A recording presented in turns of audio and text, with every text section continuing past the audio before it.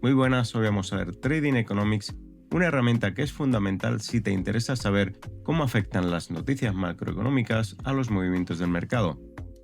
Lo primero que encontramos en esta página nada más entrar es una selección de noticias. También vemos una selección de los principales activos y nos está diciendo en tiempo real cómo se están comportando en el mercado. Si nos metemos dentro de la pestaña Noticias, podemos filtrar todas estas noticias que nos están apareciendo en tiempo real, la podremos filtrar por países, también por mercados o por diferentes indicadores macroeconómicos. En esta parte de abajo nos encontramos con una tabla que nos muestra en tiempo real cómo se encuentra la economía de los diferentes países. Vamos a repasar los indicadores más importantes para que sepamos interpretarlos de un vistazo. Lo primero que nos encontramos es el crecimiento del PIB, que nos indica si la economía se encuentra contrayéndose o en expansión. Un número positivo nos indicaría que está en crecimiento y uno negativo en recesión. En estos momentos el país con mayor expansión es Estados Unidos con un 3,8%, mientras que vemos a Rusia, Canadá, Italia y Alemania con valores negativos, lo que nos indica que están en recesión o a punto de entrar en ella. Después vemos la tasa de inflación, que refleja el aumento de los precios, es decir, si está alta, nos dice que el poder adquisitivo de la población cae, mientras que si es baja, indica que hay estabilidad. Aquí vemos la tasa de interés, que es la herramienta que utilizan los bancos centrales para controlar esta inflación. Por ejemplo, vemos en el caso de Rusia que a pesar de tener un 17% en la tasa de interés, tiene una inflación muy descontrolada con un 8%. Otro dato que vemos es la tasa de desempleo, que nos indica si el mercado laboral está fuerte o débil. Cuanto mayor es la tasa, más débil será el mercado laboral.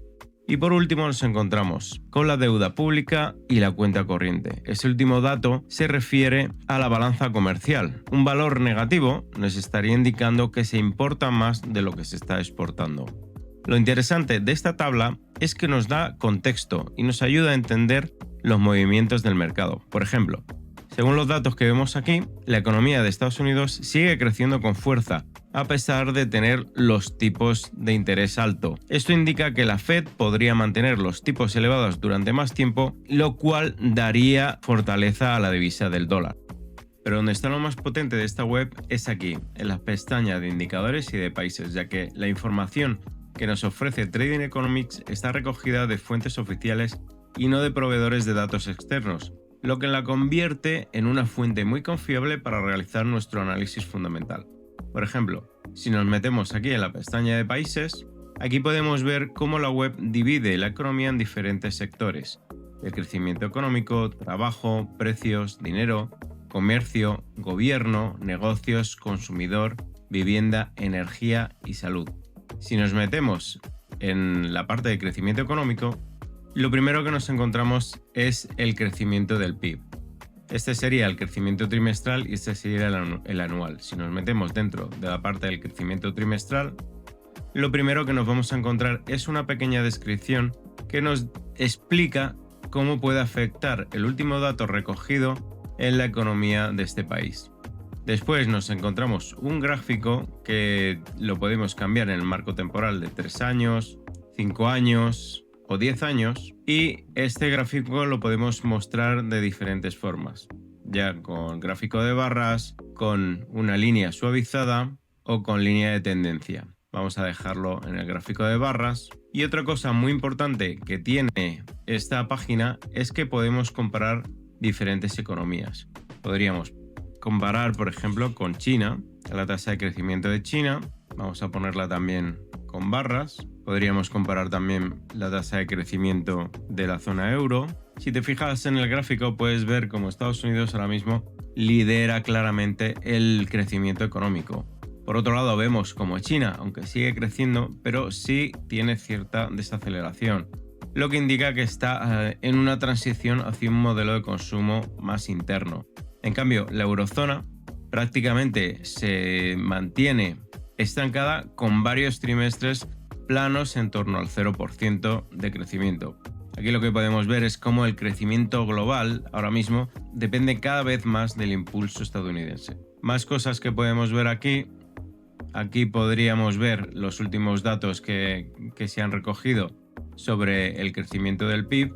Y luego más abajo tendríamos noticias relacionadas con el crecimiento del PIB. La siguiente pestaña que vamos a ver es la del sector del trabajo. Y aquí, ¿qué es lo más importante? Pues podríamos mirar la tasa de desempleo, las nóminas no agrícolas, por ejemplo, las reclamaciones iniciales por desempleo, las reclamaciones continuas por desempleo. Estos serían las renovaciones.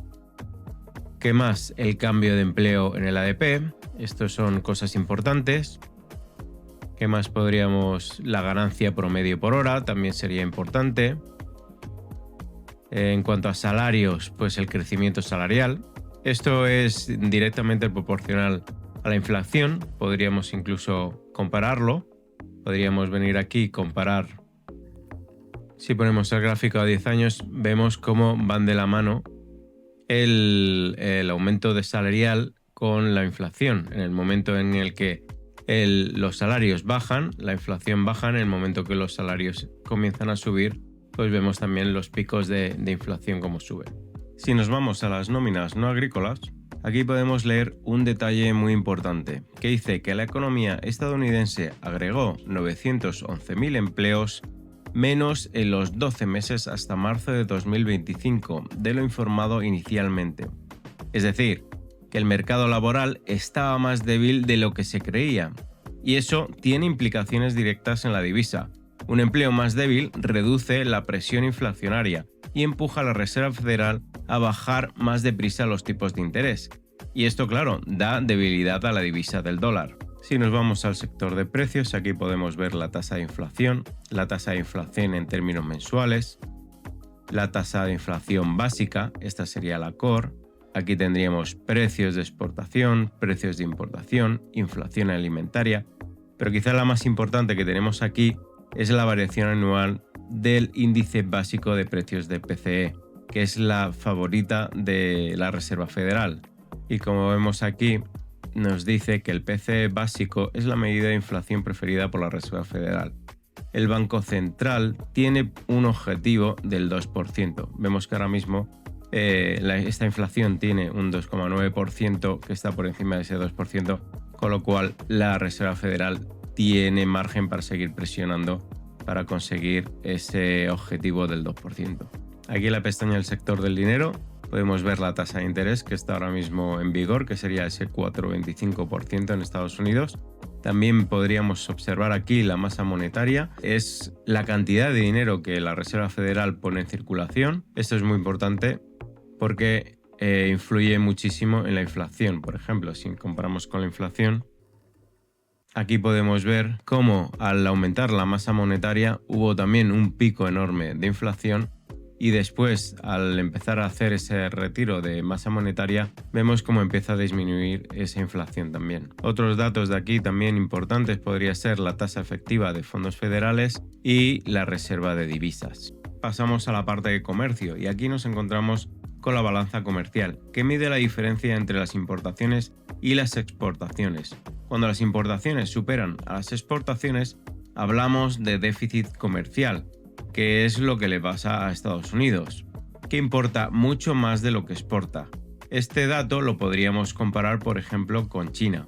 Aquí tenemos el gráfico de esa balanza comercial de Estados Unidos, vamos a ponerlo a 10 años y vamos a compararlo con la balanza comercial de China. Vamos a poner los dos gráficos en barras. Y aquí lo que vemos es que los dos gráficos son completamente invertidos. Estados Unidos importa muchísimo más de lo que exporta y China exporta muchísimo más de lo que importa.